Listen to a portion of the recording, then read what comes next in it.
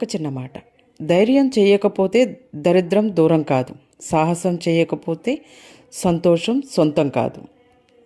Hello అండి, ఈరోజు వీడియోలోకి వెళ్తే ఉసిరికాయ ఆవకాయ అండి. సింపుల్గా తక్కువ క్వాంటిటీలో ఎలా చేసుకోవాలి. మనం ఏంటంటే మన పెద్దవాళ్ళు పట్టిస్తేనే కదా మనం పచ్చళ్ళు ఎక్కువ ఇంట్లో మనకు ఉండేది. అలా కాకుండా మనం చేసుకుంటే కొంచెం తర్వాత ఫ్యూచర్లో మనం ఎక్కువ క్వాంటిటీలో చేసుకోవాలనుకోండి, ఇలా కొంచెం కొంచెంగా స్టార్ట్ చేస్తేనే కదా తర్వాత ఎక్కువగా చేసుకోవడానికి అవకాశం.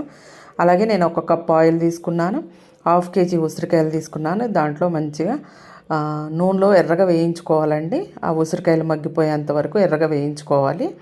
నేను అన్నీ ఒకసారి వేయించాను, సపరేట్గా 4-5 కాయల కింద కూడా వేయించుకోవచ్చు. అలాగే 1 స్పూన్ మెంతులు, 2 స్పూన్ల ఆవాలు, మెంతులు వేయించేసుకొని ఆవాలు మెంతులు ఒకసారి మిక్సీ పట్టేసుకున్నాను. 1 కప్పు కారం, కప్పు చింతపండు పేస్ట్ ఉడకబెట్టుకున్నాను, 1 వెల్లుల్లిగడ్డ, 1/2 కప్పు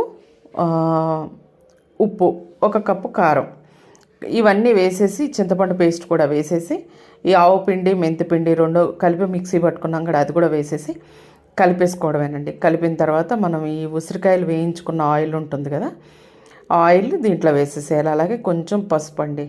మామూలుగా మనం పసుపు లేనిది ఏ వంటలు చేయం కదా, అంటే పచ్చళ్ళు కానీ ఏమి చేయం కదా. అలాగే లైట్గా కొంచెం వేసుకున్న పేరుకి కొంచెం పసుపు వేసుకోవాలి. ఈ ఆయిల్ కూడా దీంట్లో వేసేసి మొత్తం అంతా కలిపేసుకుని అంతే అండి, మనకి ఆవకాయ ఉసిరికాయ ఆవకాయ రెడీ. దాంట్లో పైన నేను ఇంకొక కప్పు ఆయిల్ వేశాను. కానీ ఒక 2 days ఉండి తింటే చాలా బాగుంటుంది. మీకు నచ్చితే కామెంట్ చేసి, లైక్ చేసి, సబ్స్క్రైబ్ చేసుకోండి.